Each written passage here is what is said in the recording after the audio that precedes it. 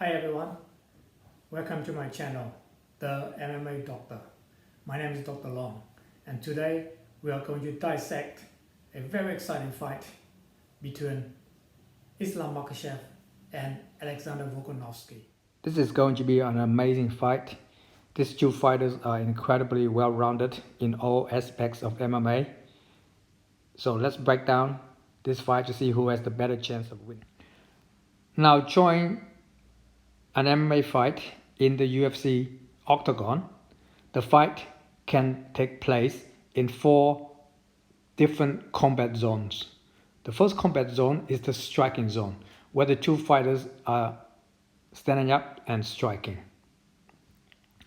The second combat zone is the clinching zone, where the two fighters are fighting in the clinch position or in the open spaces. The third combat zone is the cage grappling zone, where the two fighters are grappling against the cage. And the fourth combat zone is the ground grappling zone, when the two fighters are grappling on the ground. Now, let us break down each of these combat zones individually and see which fighters have the advantage in each of these combat zones. And then at the end, we will see who will have a better chance of winning this fight. Now, let us start by looking at the first combat zone, which is the striking zone. Now, every fight and every round will start off in the striking zone. Most people believe that Alexander Volkanovski is the better striker compared to Islam. And most people feel that this is the zone that Alex will have the most success against Islam. Now, while I believe there is some truth to this, I don't think Alex will find it as easy to hit Islam as he thinks. One of the reasons why Alex Volkanovski has looked so good over the past few years was because he had fought Max Holloway 3 times, Korean Zombie 1 time, and Brian Ortega 1 time. Now, these 3 fighters are some of the most hittable fighters in the UFC with very high significant strike absorbed per minute rate.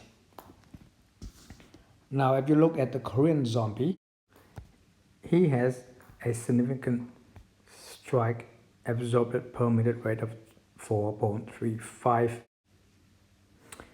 And if you look at Max Holloway, he has a significant strike absorbed per minute rate of 4.89.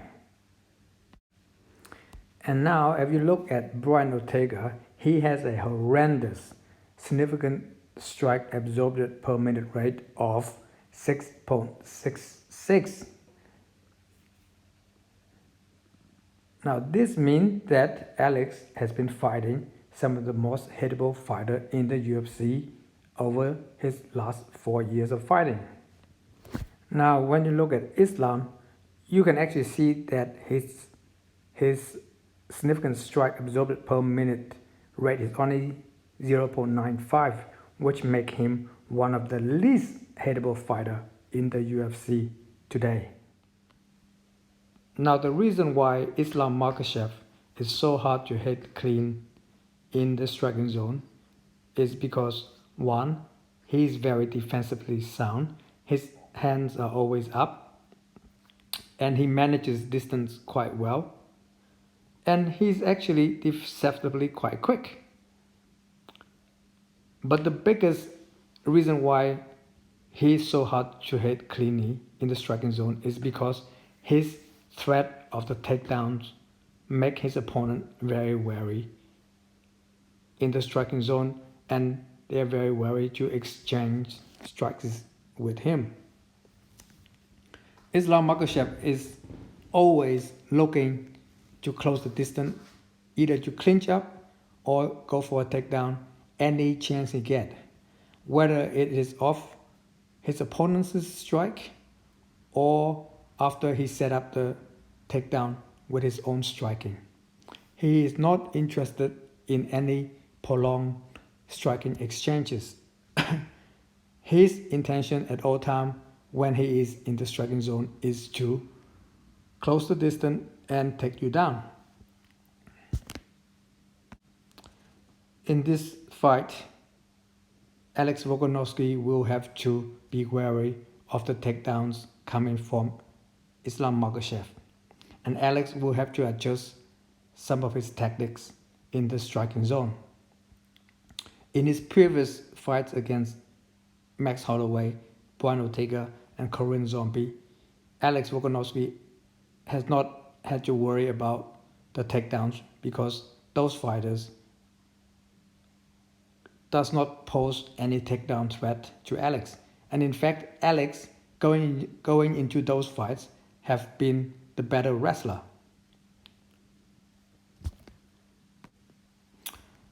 One of Alex's favorite techniques that he likes is the leg kick at the end of his combo.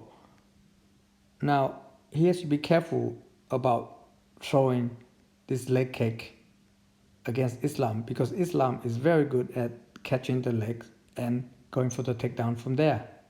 Now, one of the main reasons why Alex has looked so good fighting Korean Zombie, Brian Ortega, and Max Holloway 3 times is because these 3 fighters are predominantly strikers, and more specifically predominantly boxing-oriented strikers. They like to throw punches, and they're not very good and not very slick at throwing kicks. So Alex only really have to worry about their boxing strikes against him. And he looks good because he is simply a better striker than them. Now in this fight with Islam, Alex will have to really look out for Islam's straight left and left head kick, because Islam, this is 2 of Islam's favorite techniques. He can really commit to his straight left and his left head kick because he knows that his opponents will not be trying to take him down, or he does not fear his opponent trying to take him down at all. The straight left hand from Islam and his left head kick will be particularly useful in this fight because he can really keep the shorter Alex Volkanovski at bay with this 2 technique. So to summarize, in the striking zone, Alex Volkanovski may have a slight advantage. However, I don't think it's going to be as easy for him to hit Islam as he thinks. And Islam does poses some real danger in the striking zone with his left straight hand and left head kick. And more importantly, in this fight, because of the threat of the takedown from Islam, Alex will have to change his tactic that he usually employed in his previous fights. Whereas Islam really doesn't have to change anything. He can go out and fight his usual game, which is to strike and at any opportunity to go and clinch up and go for the takedown from there. Now let us talk about the second combat zone, the clinch. I believe that Islam Makhachev has a huge advantage over Alex in the clinch. First of all, Islam is taller and probably will be heavier and a little bit stronger. Therefore, he can really dominate the clinch with the tight plump and throw in lots of knees and set up his takedowns, his foot sweeps, his inside foot trip, his judo throws from the clinch, and really use his height to really elevate Alex's hips using his underhook or his overhook or the body lock. In most of Alex's previous fight, he has been the more dominant fighter in the clinch. Therefore, he could strike into the clinch zone and then exit the clinch zone without being seriously threatened by any takedown or by any knees. Now, in this fight against Islam, he's going to be at a great disadvantage in the clinch. I mean, Islam is so good in the clinch that even in the fight against Oliveira in the first round, Oliveira actually tried to take Islam down by entering the clinch and going for the double under body lock. But Islam was so strong that he actually reversed the takedown and landed on top. Charles Oliveira did not actually pull guard. Islam took him down in the clinch. And in the second round, Islam reversed Charles again in the clinch. Now let us talk about the third combat zone, which is the cage grappling zone. I believe that Islam will have a huge advantage against Alex against the cage. Islam has shown that he can consistently take down short, stocky, good wrestlers such as Nick Nance and Arman Sajukin. And I believe that he will be able to take Alex down against the cage multiple times. Islam's variety of takedowns against the cage is just too great for most of his opponent to handle. He has the double leg, the single leg, the foot sweep, the judo throw, the inside leg sweep, the outside leg sweep. And Alex's shorter height versus Islam will be a big disadvantage for Alex. Because with his greater height, Islam will be able to exert way more leverage against the cage and will be able to use his underhook or his overhook to really take Alex off balance, to go for his judo throws and foot sweep. Against the cage, the taller fighter will always have a leverage advantage. Just like when John Jones was able to take Daniel Cormier down against the cage using his greater reach and height. Islam Makhachev is so good at the takedown against the cage that he's one of the few fighters that can actually take their opponent down when they have their back against the cage. It's one of his favorite techniques where he uses the overhook and go for the judo throw. He was able to do this even against Charles Oliveira in his last fight. And Charles is usually a very good grappler against the cage. So I believe that if this fight spans a significant amount of time against the cage, Islam will be able to dominate and take Alex down multiple times. Now let us talk about the fourth combat zone, the ground grappling. If the fight hits the ground, I believe Islam Makhachev will have a huge advantage over Alex Volkanovski. Now when it comes to ground grappling, both Islam and Alex are positional grapplers. They prefer to take dominant position and stay in dominant position as opposed to going for submission that may put their dominant position at risk. However, Islam is just a much higher level of grappler. Now with Islam being slightly heavier, bigger and taller, this will allow Islam to have a lot of leverage, exert much greater leverage over Alex when he's on top of Alex.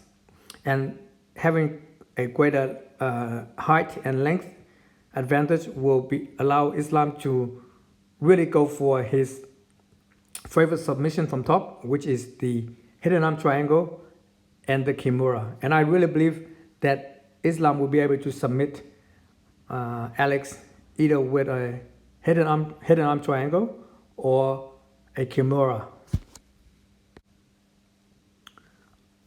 I believe that Islam will be able to dominate 3 out of the 4 combat zones against Alex. That's in the clinch, against the cage, and ground grappling. Now, in order for Alex to win this fight, he must keep the fight in the striking zone for 25 minutes and dominate the center of the cage and not allow Islam to clinch up or push him against the cage or take him to the ground. And I think that's going to be a task that's going to be a little bit too difficult against Islam. In the past, Alex has shown that he likes to engage in the clinch. And in the past, Alex has been taken down multiple times by Chad Mendes and even by Brian Ortega with an inside leg trip. And Islam is simply a much better takedown artist and ground grappler than these two. So, in conclusion, I believe the chances of Islam winning the fight is probably going to be about 60%, and I'll give about 40% to Alex. I believe that Islam will eventually be able to take Alex down, control him on the ground, and will probably submit him with a hidden arm triangle or a Kimura. So that's it, guys. That's my breakdown for this fight. Tell me what you think, and don't forget to subscribe to the MMA Doctor.